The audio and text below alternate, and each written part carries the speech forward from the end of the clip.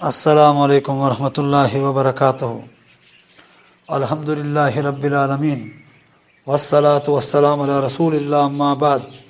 मैं हूँ Asif Iqbal, civil engineer. आप इस वक्त सुन रहे हैं सीरत नबी सल्लल्लाहु अलैहि वसल्लम पर लिखी जाने वाली किताब अर-रहीत अल-मख्तूम की एपिसोड नंबर 22, किस्त नंबर 22, काब बिन अशरफ का कत्ल। यहूदियों में ये वो शख्स था जिससे इस्लाम और अहले इस्लाम से निहायत सख्त अदावत और जलन थी। ये नबी करीम सल्लल्लाहु अलैहि वसल्लम को अजियतें पहुँचाया करता था और आप सल्लल्लाहु अलैहि वसल्लम के ख़िलाफ़ जंग की खुल्लम खुल्ला दावत देता फिरता था। इसका ताल्लुक़ कबीला तई की शाह बनु नभान से था और इसकी माँ कबीला बनु नज़ीर से थी। ये बड़ा मालदार और सरमायादार आदमी था। अरब में इसके हुस्न व जमाल का शोहरा था और एक मारूफ शायर भी था। इसका कला मदीने के जनूब में बनु नज़ीर की आबादी के पीछे वाक़या था। इसे जंग बदर में मुसलमानों की फतह और सरदारान कुरैश के कत्ल की पहली खबर मिली तो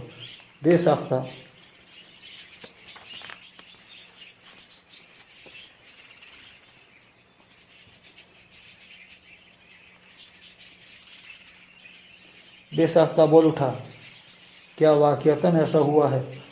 ये अरब के अशराफ और लोगों के बादशाह थे। अगर मोहम्मद सल्लल्लाहु अलैहि वसल्लम ने इनको मार लिया है तो रोए ज़मीन का शकम इसकी पुष्ट से बेहतर है। और जब इसे यकीनी तौर पर इस खबर का इल्म हो गया तो अल्लाह का ये दुश्मन रसूल अकरम सल्लल्लाहु अलैहि वसल्लम और मुसलमानों की हिज्जों और दुश्मनान इस्लाम की मदाह सराई पर उतर आया और उन्हें मुसलमानों के ख़िलाफ़ भड़काने लगा। इससे भी इसके जज्बात आसूदा न हुए तो सवार होकर कुरैश के पास पहुंचा और मुतलिब बिन अबी वदाह सही का मेहमान हुआ। फिर मुशरिकीन की गैरत भड़काने, इनकी आतिश इंतकाम तेज़ करने और इन्हें नबी सल्लल्लाहु अलैहि वसल्लम के ख़िलाफ़ आमादा जंग करने के लिए अशार कह कर इन सरदारान कुरैश का नोहा व मातम शुरू कर दिया, जिन्हें मैदान बदर में कत्ल किए जाने के बाद कुएँ में फेंक दिया गया था। मक्के में इसकी मौजूदगी के दौरान अबू सुफियान और मुशरिकीन ने इससे दरियाफ़्त किया कि हमारा दीन तुम्हारे नज़दीक ज़्यादा पसंदीदा है या मोहम्मद सल्लल्लाहु अलैहि वसल्लम और इसके साथियों का, और दोनों में से कौन सा फ़रीक ज़्यादा हिदायत याफ्ता है? काब बिन अशरफ ने कहा, तुम लोग इनसे ज़्यादा हिदायत याफ्ता और अफसर हो। इसी सिलसिले में अल्लाह ताला ने ये आयत नाज़िल फरमाई, तुमने उन्हें नहीं देखा जिन्हें किताब का एक हिस्सा दिया गया कि वह जब्त और तागूत पर ईमान रखते हैं और काफरों के मुताल्लिक़ कहते हैं कि ये लोग मोमिनों से बढ़कर हिदायत याफ्ता हैं। काब बिन अशरफ ये सब कुछ करके मदीने वापस आया तो यहाँ आकर सहाबा इकराम रज़ी अल्लाह ताला अन्हुम अजमाइन की औरतों के बारे में वाहियात अशार कहने शुरू किए और अपनी ज़ुबान दराज़ी और बदगोई के ज़रिए सख्त अजियत पहुँचाई। यही हालात थे जिनसे तंग आकर रसूल अकरम सल्लल्लाहु अलैहि वसल्लम ने फरमाया, कौन है जो काब बिन अशरफ से निपटे, क्योंकि इसने अल्लाह और इसके रसूल को अजियत दी है। इसके जवाब में मोहम्मद बिन मुसल्लमा, अब्बाद बिन बशीर, अबू नाइला रज़ी अल्लाह ताला अन्हुम अजमाइन, जिनका नाम सलकान बिन सलामा था, जो काब के रज़ाई भाई थे, हारिस बिन औस और अबू अब्स रज़ी अल्लाह ताला अन्हुम अजमाइन, जब ने अपनी खिदमात पेश की। इस मुख्तसर सी कंपनी के कमांडर मोहम्मद बिन मुसल्लमा थे। काब बिन अशरफ के कत्ल के बारे में रिवायात का हासिल ये है कि जब रसूल अकरम सल्लल्लाहु अलैहि वसल्लम ने ये फरमाया कि काब बिन अशरफ से कौन निपटेगा क्योंकि इसने अल्लाह और उसके रसूल को अजियत दी है, तो मोहम्मद बिन मुसल्लमा ने उठकर अर्ज़ किया, या रसूलुल्लाह सल्लल्लाहु अलैहि वसल्लम मैं हाज़िर हूँ, क्या आप चाहते हैं कि मैं उसे कत्ल कर दूँ? आपने फरमाया हाँ। उन्होंने अर्ज़ किया, तो आप मुझे कुछ कहने की इजाज़त अता फरमाएँ। आप सल्लल्लाहु अलैहि वसल्लम ने फरमाया, कह सकते हो। इसके बाद मोहम्मद बिन मुसल्लमा काब बिन अशरफ के पास तशरीफ़ ले गए और बोले, उस शख्स ने, इशारा नबी करीम सल्लल्लाहु अलैहि वसल्लम की तरफ था, हमसे सदका तलब किया है और हकीकत यह है कि इसने हमें मुशक्क़त में डाल रखा है। काब ने कहा, वल्लाह अभी तुम लोग और भी उकता जाओगे। मोहम्मद बिन मुसल्लमा ने कहा, अब जब कि हम इसके पैरोकार बन ही चुके हैं तो मुनासिब नहीं मालूम होता कि इसका साथ छोड़ दें जब तक ये ना देख लें कि इसका अंजाम क्या होता है। अच्छा, हम चाहते हैं कि आप हमें एक वस्क या 2 वस्क गला दे दें। काब ने कहा, मेरे पास कुछ रहम रखो। मोहम्मद बिन मुसल्लमा ने कहा, आप कौन सी चीज़ पसंद करेंगे? काब ने कहा, अपनी औरतों को मेरे पास रहम रख दो। मोहम्मद बिन मुसल्लमा ने कहा, भला हम अपनी औरतें आपके पास कैसे रहम रख दें जबकि आप अरब के सबसे खूबसूरत इंसान हैं? उसने कहा, तो फिर अपने बेटों ही को रहम रख दो। मोहम्मद बिन मुसल्लमा ने कहा, हम अपने बेटों को कैसे रहम रख दें? अगर ऐसा होगा तो उन्हें गाली दी जाएगी कि एक वसक या 2 वसक के बदले रहम रखा गया था। ये हमारे लिए आर की बात है। अलबत्ता हम आपके पास हथियार रहम रख सकते हैं।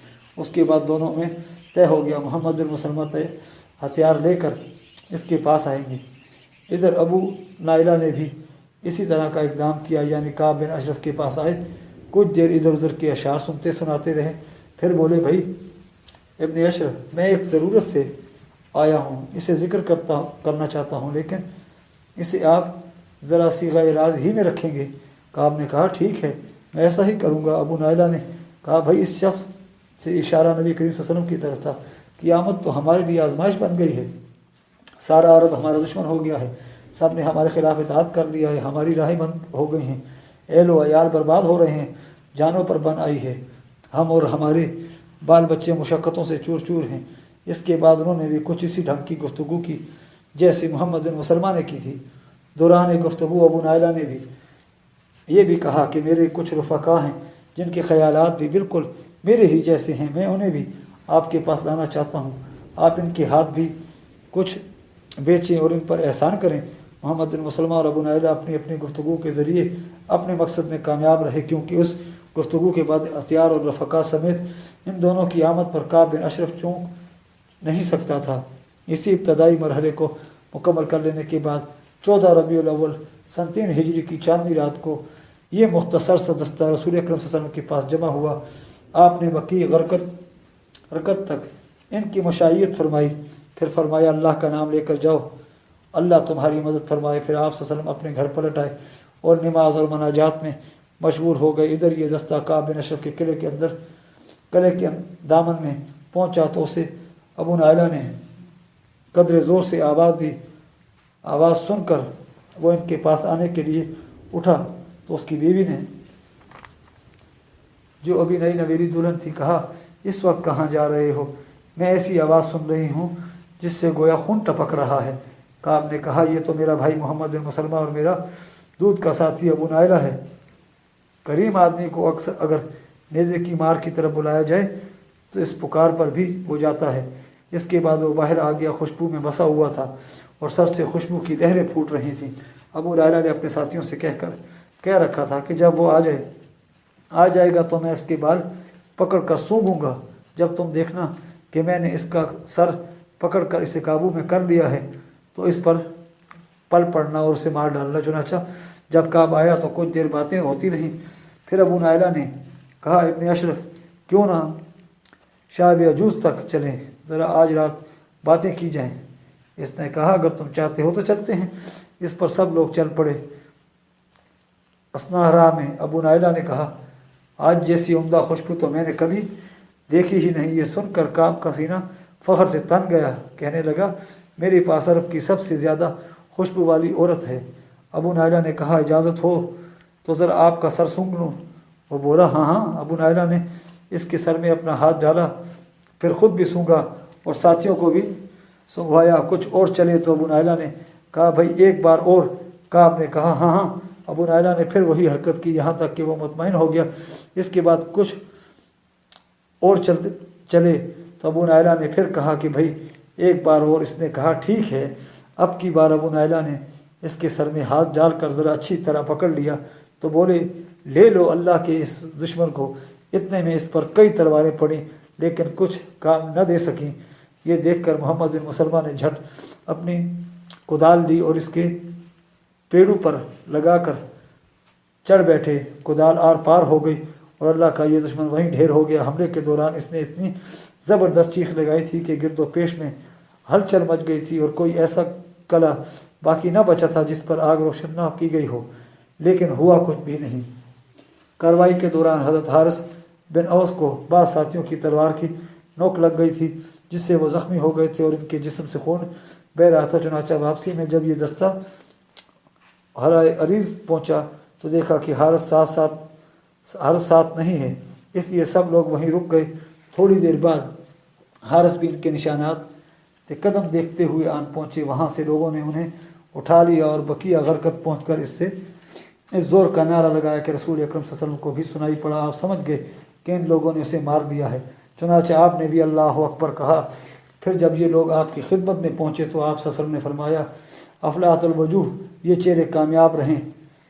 ان لوگوں نے کہا، وجہ کا یا رسول اللہ، آپ کا چہرہ بھی اے اللہ کے رسول، اور اس کے ساتھ ہی اس طاغوت کا سر آپ کے سامنے رکھ دیا۔ آپ نے اس کے قتل پر اللہ کی حمد و ثنا کی اور حارث کے زخم پر لعاب دہن لگایا، جس سے وہ شفایاب ہو گئے اور آئندہ کبھی تکلیف نہ ہوئی۔ ادھر یہود کو جب اپنے طاغوت کعب بن اشرف کے قتل کا علم ہوا تو ان کے ہردرم اور ضدی دلوں میں رعب کی لہر دوڑ گئی۔ ان کی سمجھ میں آ گیا کہ رسول اکرم صلی اللہ علیہ وسلم جب یہ محسوس کریں گے کہ امن و امان کے ساتھ کھیلنے والوں، ہنگامے اور اضطرابات بپا کرنے والوں اور عہد و پیمان کا احترام نہ کرنے والوں پر نصیحت کا کارگر نہیں ہو رہی ہے تو آپ طاقت کے استعمال سے بھی گریز نہ کریں گے۔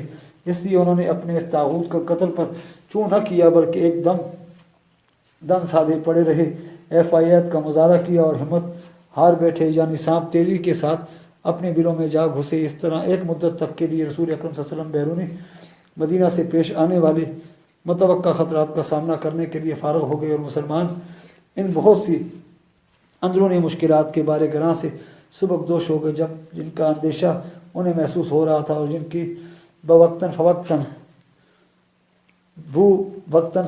فوقتاً سونگتے رہتے تھے۔ غزوہ بحران، یہ ایک بڑا فوجی طلائیہ گردی تھی جس کی تعداد 300 تھی۔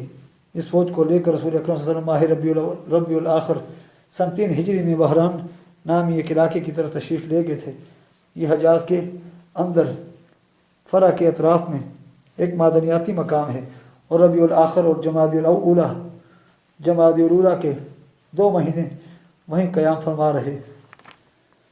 اس کے بعد مدینہ واپس تشریف لائے۔ کسی قسم کی لڑائی سے سابقہ پیش نہ آیا۔ سریہ زید بن حارثہ جنگ احد سے پہلے مسلمانوں کی یہ آخری اور کامیاب ترین مہم تھی جو جمادی الاخر سن 3 ہجری میں پیش آئی۔ واقعے کی تفصیل یہ ہے کہ قریش جنگ بدر کے بعد فکر و اضطراب میں مبتلا تو تھے ہی، مگر جب گرمی کا موسم آ گیا اور ملک شام کے تجارتی سفر کا وقت آن پہنچا تو انہیں ایک اور فکر دامنگیر ہوئی کہ اس کی وضاحت اس سے ہوتی ہے کہ صفوان بن امیہ نے، جسے قریش کی طرف سے اس سال ملک شام جانے والے تجارتی قافلے کا میر کارواں منتخب کیا گیا تھا، قریش سے کہا، محمد صلی اللہ علیہ وسلم اور اس کے ساتھیوں نے ہماری تجارتی شاہراہ ہمارے لیے پرصعوبت بنا دی ہے، سمجھ میں نہیں آتا کہ ہم اس کے ساتھیوں سے کیسے نپٹیں۔ وہ ساحل چھوڑ کر ہٹتے ہی نہیں اور باشندگان ساحل نے ان سے مصالحت کر لی ہے، عام لوگ بھی ان کے ساتھ ہو گئے ہیں۔ اب سمجھ میں نہیں آتا کہ ہم کون سا راستہ اختیار کریں۔ اگر ہم گھروں میں ہی بیٹھ رہیں تو اپنا اصل مال بھی کھا جائیں گے اور باقی کچھ نہ بچے گا، کیونکہ مکے میں ہماری زندگی کا دار و مدار اس پر ہے کہ گرمی میں شام اور جاڑے میں حبشہ سے تجارت کریں۔ صفوان کے سوال کے بعد اس موضوع پر غور و خوض شروع ہو گیا۔ آخر اسود بن عبد المطلب نے صفوان سے کہا، تم ساحل کا راستہ چھوڑ کر عراق کے راستے سفر کرو۔ واضح رہے کہ یہ راستہ بہت لمبا ہے، نجد سے ہو کر شام جاتا ہے اور مدینہ کے مشرق میں فاصلے سے گزرتا ہے۔ قریش اس راستے سے بالکل ناواقف تھے، اس لیے اسود بن عبد المطلب نے صفوان کو مشورہ دیا کہ وہ فرات بن حیان کو، جو قبیلہ بکر بن وائل سے تعلق رکھتا تھا، راستہ بتانے کے لیے رہنما رکھ لے، وہ اس سفر میں اس کی رہنمائی کر دے گا۔ اس انتظام کے بعد قریش کا کاروان صفوان بن امیہ کی قیادت میں نئے راستے سے روانہ ہوا، مگر اس کارواں اور اس کے سفر کے پورے منصوبے کی خبر مدینہ پہنچ گئی۔ ہوا یہ کہ سلیط بن نعمان جو مسلمان ہو چکے تھے، نعیم بن مسعود کے ساتھ جو ابھی مسلمان نہیں ہوئے تھے، بعد انوشی کی ایک مجلس میں جمع ہوئے۔ یہ شراب کی حرمت سے پہلے کا واقعہ ہے۔ جب نعیم پر نشے کا غلبہ ہوا تو انہوں نے قافلے اور اس کے سفر کے پورے منصوبے کی تفصیل بیان کر ڈالی۔ سلیط پوری برق رفتاری کے ساتھ خدمت نبی میں حاضر ہوئے اور ساری تفصیل کہہ سنائی۔ رسول اکرم صلی اللہ علیہ وسلم نے فوراً حملے کی تیاری کی اور 100 سواروں کا ایک رسالہ حضرت زید بن حارثہ کلبی رضی اللہ تعالیٰ عنہ کی کمان میں دے کر روانہ کر دیا۔ حضرت زید نے نہایت تیزی سے راستہ طے کیا اور ابھی قریش کا قافلہ بالکل بے خبری کے عالم میں کردہ نامی ایک چشمہ پر پڑاؤ ڈالنے کے لیے اتر رہا تھا کہ اسے جا لیا اور اچانک شرغار کر کے پورے قافلے پر قبضہ کر لیا۔ صفوان بن امیہ اور دیگر محافظین کارواں کو بھاگنے کے سوا کوئی چارہ کار نظر نہ آیا۔ مسلمانوں نے قافلہ کے رہنما فرات بن حیان کو اور کہا جاتا ہے کہ مزید 2 آدمیوں کو گرفتار کر لیا۔ ظروف اور چاندی کی بہت بڑی مقدار جو قافلے کے پاس تھی اور جس کا اندازہ 1,00,000 درہم تھا بطور غنیمت ہاتھ آئی۔ رسول اکرم صلی اللہ علیہ وسلم نے خبز نکال کر مال غنیمت رسالے کے افراد پر تقسیم کر دیا اور فرات بن حیان نے نبی کریم صلی اللہ علیہ وسلم کے دست مبارک پر اسلام قبول کر لیا۔ بدر کے بعد قریش کے لیے یہ سب سے علمگیر واقعہ تھا جس سے ان کے قلق و اضطراب اور غم و علم میں مزید اضافہ ہو گیا۔ اب ان کے سامنے 2 ہی راستے تھے، یا تو اپنا کبر و غرور چھوڑ کر مسلمانوں سے صلح کر لیں یا پھر بھرپور جنگ کر کے اپنی عزت رفتہ اور مجد گزشتہ کو واپس لائیں اور مسلمانوں کی قوت کو اس طرح توڑیں کہ وہ دوبارہ سر نہ اٹھا سکیں۔ قریش مکہ نے اسی دوسرے راستے کا انتخاب کیا۔ چنانچہ اس واقعہ